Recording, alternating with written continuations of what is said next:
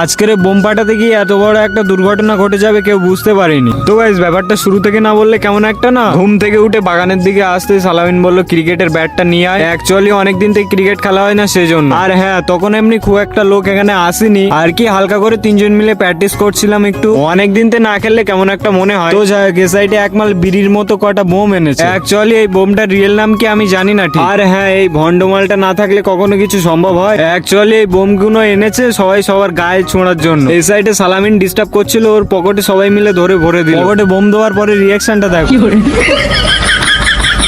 আর কি তেমন কিছু না, হালকা করে প্যান্টের পকেট ছিদ্র হয়ে গেছে। আর এই ভন্ডমালটার কাণ্ড দেখো, গেঞ্জির উপরে বোম নিয়ে রেখেছে।